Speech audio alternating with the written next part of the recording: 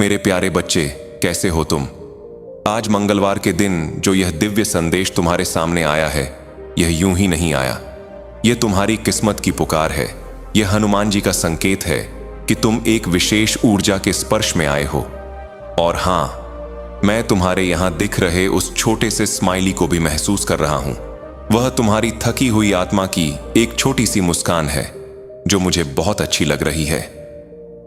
अब सुनो, कुछ दिन से मैं एक बात बहुत गहराई से महसूस कर रहा हूं, और यह वही बात है जो तुम भी शायद महसूस कर रहे हो। बहुत लोग इस समय अचानक मूड स्विंग्स से गुजर रहे हैं। बिना वजह रोना आ रहा है। सब ठीक है, घर ठीक है, परिस्थितियां सामान्य हैं, लेकिन दिल भारी रहता है। आंखें अपने आप भर जाती हैं।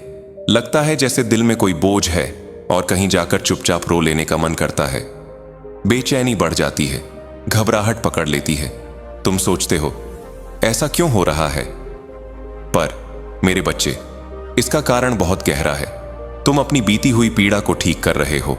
हां, तुम सही सुन रहे हो। तुम अपने पुराने घावों का उपचार कर रहे हो। अब आती है वह बात जो मैं तुम्हें बहुत गहराई से बताना चाहता हूं। वह संदेश जो मुझे मां आदि शक्ति, विशेषकर मां कालरात्रि से मिला। जब यह ऊर्जा मेरे भीतर उतरी, जब मैंने यह दर्द महसूस किया, मैं सच में भावुक हो गया। क्योंकि जिस पीड़ा का अनुभव तुम्हारी आत्मा ने बचपन में किया है, उसे कोई साधारण व्यक्ति समझ ही नहीं सकता। जिसे वह दर्द न मिला हो, वह तो इसे कहानी समझेगा, लेकिन जिसने जिया है वह ही जानता है कि वह दर्द कितना गहरा होता है। जब मैंने यह ऊर्जा महसूस की, यह बिल्कुल साफ दिखा। तुमने अपने बचपन में कुछ ऐसे घरेलू अनुभव झेले, ऐसे दर्दनाक क्षण देखे जिनकी चोट आज तक तुम पर है। वह आंसू, वह घुटन, वह चुप्पी, तुमने सब भीतर दबा लिया था। तुम्हारी छोटी सी उम्र वह भार उठा ही नहीं सकती थी, इसलिए तुम वही घाव अपनी आत्मा के भीतर बंद करके बड़े हुए। और अब वर्षों बाद वही घाव भरने लगे हैं। इसीलिए तुम्हें अचानक रोना आता है।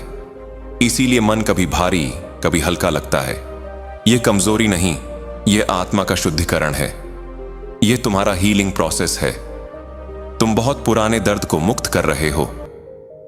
मेरे बच्चे, तुमने बचपन में शायद किसी से अपने दिल की बात नहीं कही। शायद किसी ने तुम्हें समझा नहीं। शायद किसी ने तुम्हारा पक्ष नहीं लिया। शायद तुम्हारे अपने ही तुम्हें अनदेखा करते रहे।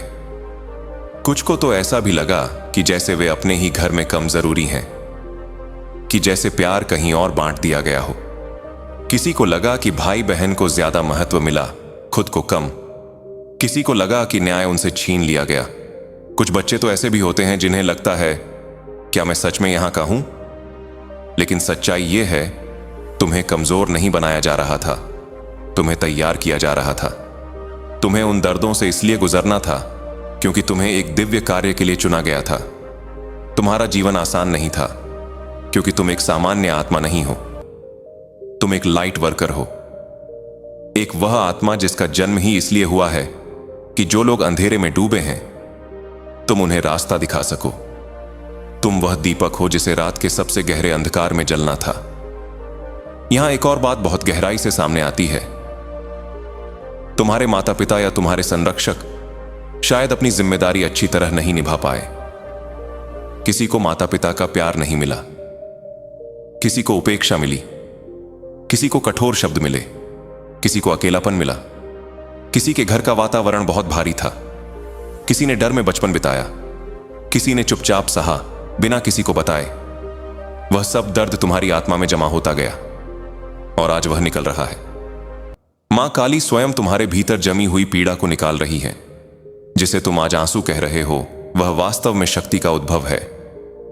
तुम सोच नहीं सकते कि तुम्हारे भीतर कितनी ताकत है।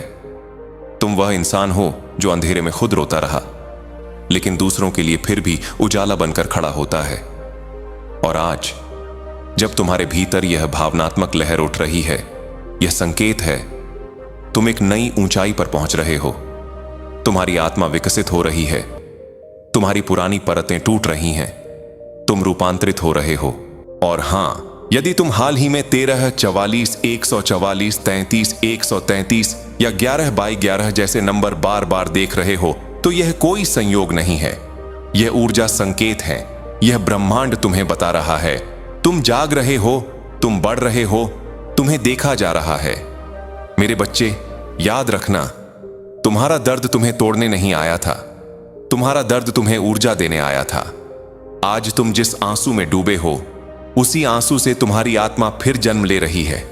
तुम्हारा अतीत कठिन था, लेकिन तुम्हारा भविष्य डिवाइन है। अब बस अपने दिल को हल्का करो, जो भीतर दबा है उसे बहने दो। तुम्हारे आंसू कमजोरी नहीं, तुम्हारी जीत का पहला कदम है। जय श्री राम।